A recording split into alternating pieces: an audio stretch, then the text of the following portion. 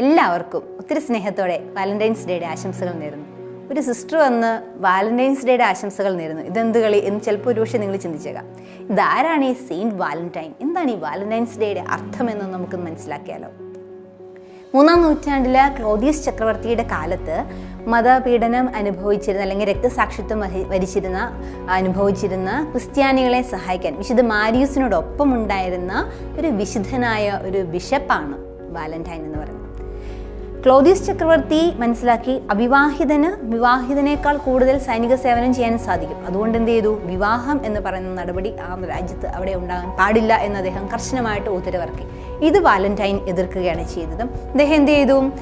തനിക്കറിയാമായിരുന്ന അല്ലെങ്കിൽ വിവാഹം ചെയ്യാൻ ആഗ്രഹിക്കുന്ന യുവതിയുവാക്കളെ രഹസ്യമായിട്ട് കണ്ടുമുട്ടി അവരെ വിവാഹം എന്ന കൂതാശയിലൂടെ ഒന്നിപ്പിക്കുകയാണ് ചെയ്തത്. ഇത് ചക്രവർത്തി കണ്ടുപിടിച്ചു. വാലന്റൈനെ അറസ്റ്റ് ചെയ്തു. അദ്ദേഹത്തെ കാരാഗൃഹത്തിൽ അടയ്ക്കുകയാണ്. അദ്ദേഹത്തെ കൊന്നില്ല, അദ്ദേഹം വധശിക്ഷയ്ക്ക് വിധിച്ചില്ല. പകരം എന്ത് ചെയ്തു? റോമൻ വിധിപ്രകാരമുള്ള വിഗ്രഹാരാധനയിലേക്കൊക്കെ അദ്ദേഹത്തെ നയിക്കാൻ ശ്രമിക്കുകയാണ് ചെയ്തത്. പക്ഷേ വാലന്റൈൻ എന്ത് ചെയ്തു?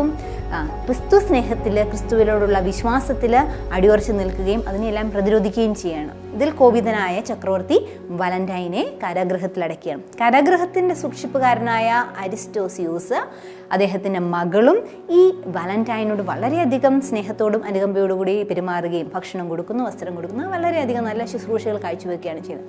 അവരെ ക്രിസ്തു സ്നേഹത്തിലേക്ക് അടുപ്പിക്കുവാൻ വാലന്റൈന് സാധിക്കുകയാണ്. ചക്രവർത്തിയെയും ഇതുപോലെ ക്രിസ്തു സ്നേഹത്തിലേക്ക് അടുപ്പിക്കുവാനായിട്ട് വാലന്റൈൻ ശ്രമിച്ചുവെങ്കിലും അദ്ദേഹം വഴങ്ങിയില്ല. അതിൻ്റെ ഫലമായിട്ട് വാലന്റൈനെ വധശിക്ഷയ്ക്ക് വിധിക്കുകയാണ്.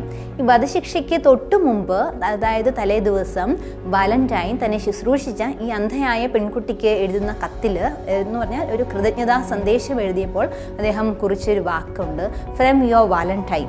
കാലാന്തരത്തോളം ഇന്നും പ്രചാരത്തിലുള്ള ഒരു വാക്കാണിത്, ഫ്രം യുവർ വാലന്റൈൻ.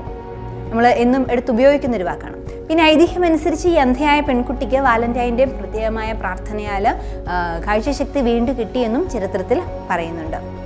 ഇങ്ങനെ AD 273 ഫെബ്രുവരി 14-നാണ് വാലന്റൈൻ രക്തസാക്ഷിത്വം വഹിക്കുന്നത്. ഒരുപാട് ധാർമ്മിക ഉപദേശങ്ങളും രോഗശാന്തികളും ഒക്കെ നൽകി അനേകർക്ക് ആശ്വാസമായി സ്നേഹത്തിൻ്റെ ഗാഠമായ സൗഹൃദത്തിൻ്റെ അടയാളമായിട്ട് മാറുവാനായിട്ട് വാലന്റൈന് സാധിച്ചു. പ്രണയവും പ്രണയസങ്കല്പങ്ങളും ഇന്ന് ഏറെ വികലമാക്കപ്പെടുന്ന ഒരു കാലഘട്ടത്തിലാണ് നമ്മൾ. സ്നേഹം അത് സ്വാർത്ഥപ്രേരിതമായി മാറുമ്പോൾ അവിടെ നമ്മൾ അന്ധമാവുകയാണ്. അവിടെ അപരനെ നശിപ്പിക്കാനും നമ്മൾ മടിക്കുകയില്ല. സ്നേഹം എന്ന് പറയുന്നത് ദൈവം സ്നേഹമാണ് എന്നുള്ള ഒരർത്ഥത്തിൽ നിന്നാണ് ഉടലെടുക്കുക. അത് പ്രണയിക്കുന്നവരാണെങ്കിലും ആരാണെങ്കിലും അപരനിൽ ദൈവത്തെ ദർശിച്ചുകൊണ്ട് സ്നേഹദർശനമായിട്ട് മാറുവാൻ വാലന്റൈൻ നമ്മെ ഓർമ്മപ്പെടുത്തുകയാണ്. വിശുദ്ധ വാലന്റൈൻ വിവാഹ നിശ്ചയം കഴിഞ്ഞ വധൂവരന്മാരുടെയും സ്നേഹിക്കുന്നവരുടെയും ഒക്കെ മധ്യസ്ഥനാണ്. അതോടൊപ്പം തന്നെ അദ്ദേഹത്തെ ബീ കീപ്പേഴ്സിൻ്റെയും അതുപോലെ തന്നെ എപ്പിലെപ്സി എന്നുള്ള രോഗബാധിതരായവരുടെയും മധ്യസ്ഥനായിട്ടും തിരുസഭയിൽ പരിഗണിക്കുന്നുണ്ട്. സ്നേഹത്തിൻ്റെ ദർശനം നൽകിയ വാലന്റൈൻസ് ഡേ അർത്ഥപൂർണ്ണമായി ആഘോഷിക്കാൻ നമുക്കിടയാവട്ടെ.